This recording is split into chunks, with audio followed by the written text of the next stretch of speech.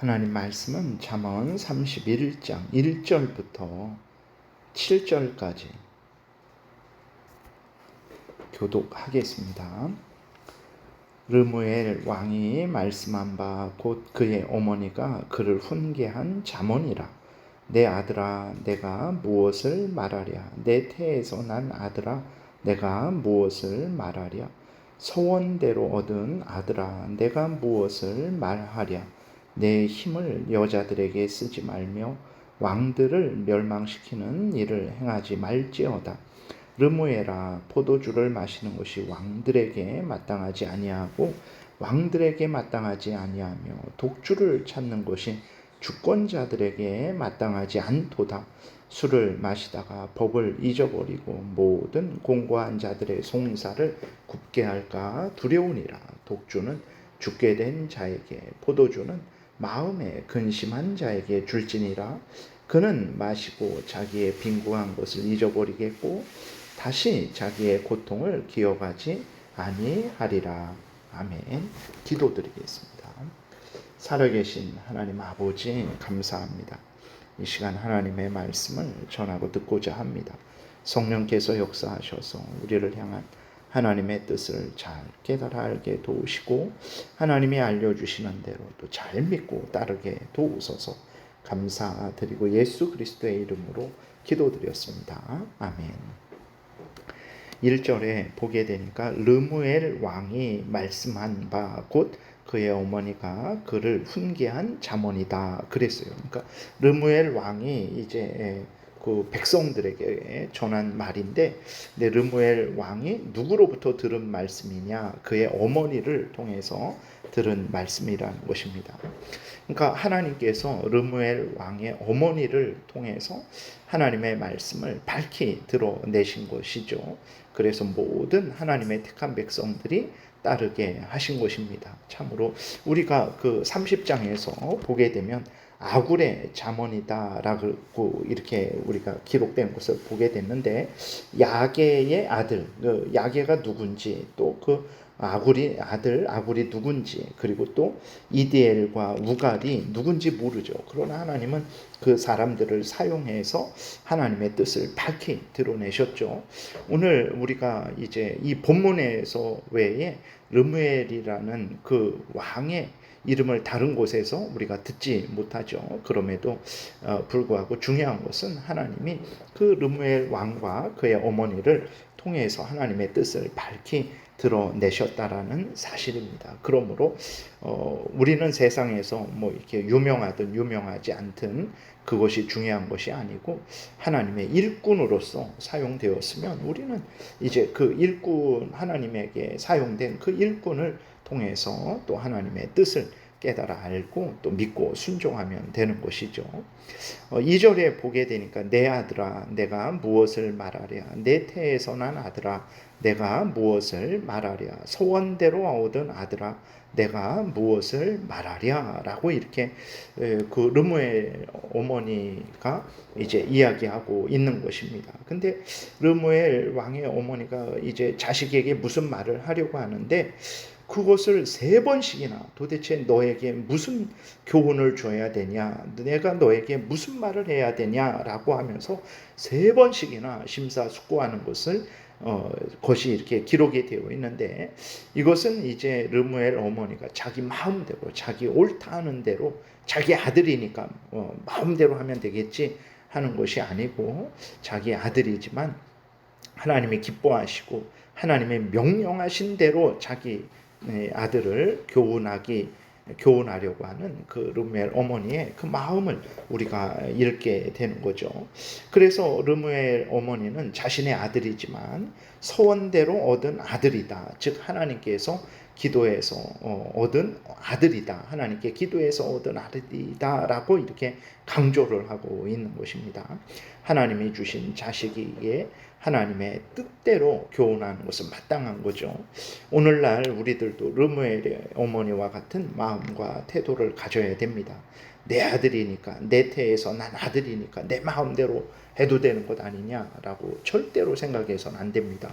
시편 127편 3절에 보게 되니까 보라, 자식들은 여호와의 기업이요 태의 열매는 그의 상급이로다 그랬어요.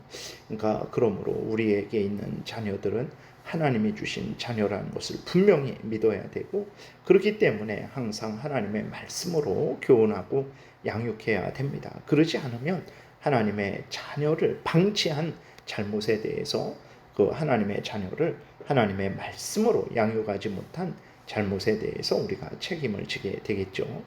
그리고 르무엘의 어머니는 이제 그 르무엘에게 하나님의 뜻을 전하는데 음행하지 말아라, 그리고 절제해라, 그리고 왕으로서의 본분을 다해라 라고 이렇게 명령하고 있어요. 3절에 보게 되니까 내 힘을 여자들에게 쓰지 말며 왕들을 멸망시키는 일을 행하지 말지어다 그랬어요.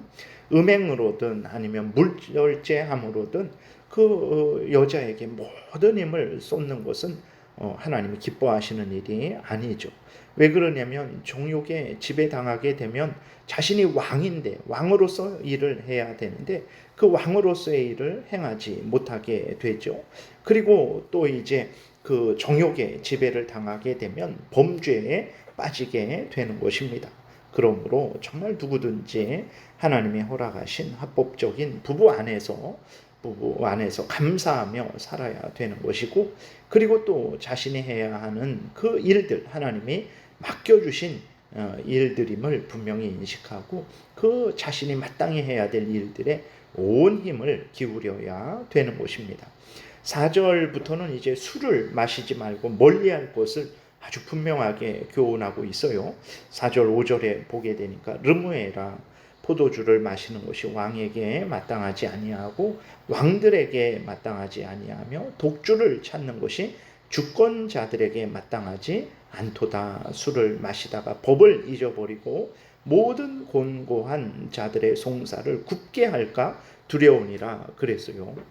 포도주를 마시지 말아라. 그 다음에 왕들에게 마땅하지 않다, 왕에게 마땅하지 않고 왕들에게 마땅하지 않고 주권자들에게 마땅하지 않다, 3번씩이나 강조하고 있어요. 르무엘에게만 해당되는 것이 아니라 다른 왕들, 주권자들을 말을 하면서 다른 왕들도 마찬가지로 독주를 멀리해야 된다, 술에 취해서는 안 된다라고 분명하게 말하고 있습니다. 왜 그러냐 그랬을 때 임금으로서의 사명은 심히 중대하죠. 모든 백성들의 안전과 생명, 재산을 보호해야 됩니다.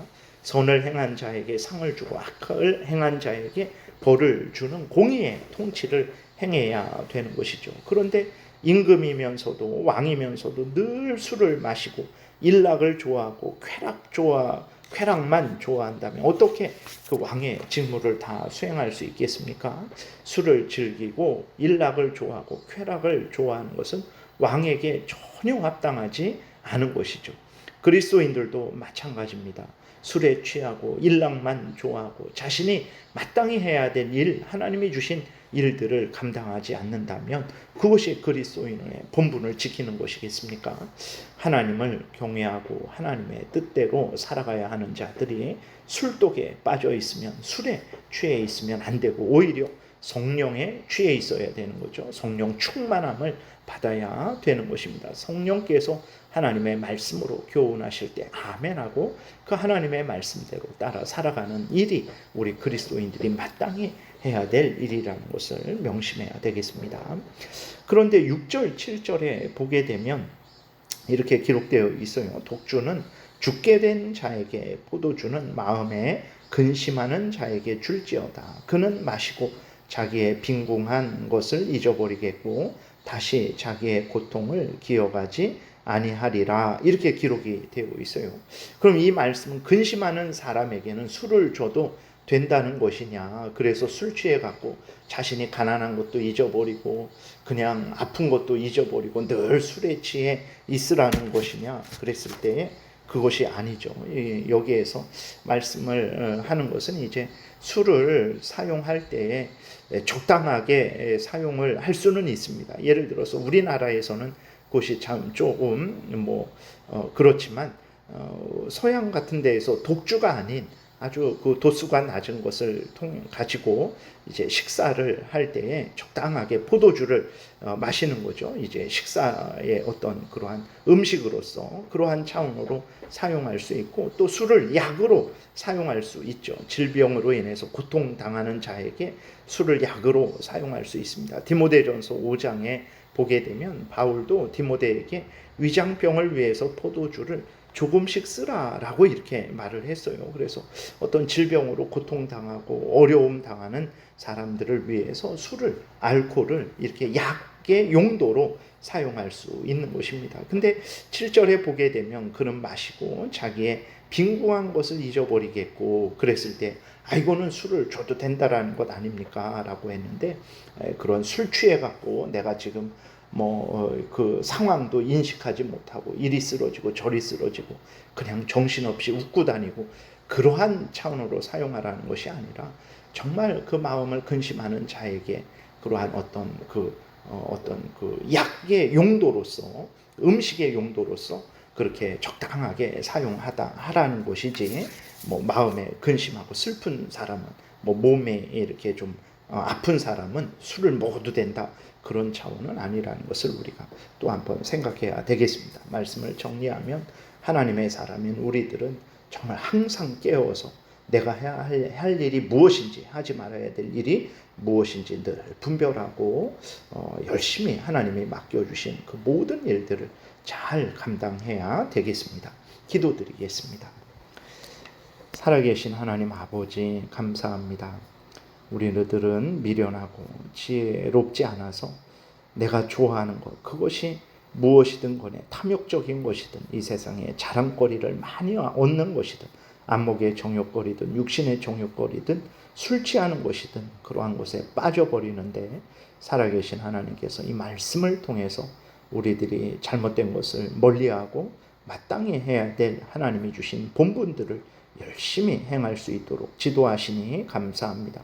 주신 말씀 마음에 새기고 믿고 순종해서 하나님의 영광을 드러내는 우리 모두가 되게 도우소서. 감사드리고 예수 그리스도의 이름으로 기도드렸습니다. 아멘. 하늘에 계신 우리 아버지여, 이름이 거룩히 여김을 받으시오며 나라의 임하옵시며 뜻이 하늘에서 이루어진 것 같이 땅에서도 이루어지이다.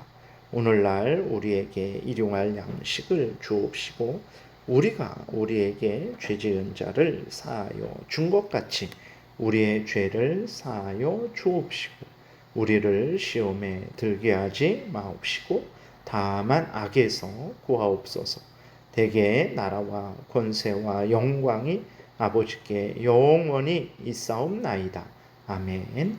지금은 우리 구주 예수 그리스도의 은혜와 하나님 아버지의 크신 사랑과 성령의 교통하심이 하나님의 백성답게 죄된 것을 미워하고 멀리하고 성경에서 알려주는 대로 믿고 따르고자 은혜 구하며 돌아가는 하나님의 택한 백성들 머리 위에 지금부터 영원토록 함께 있을지어다. 아멘.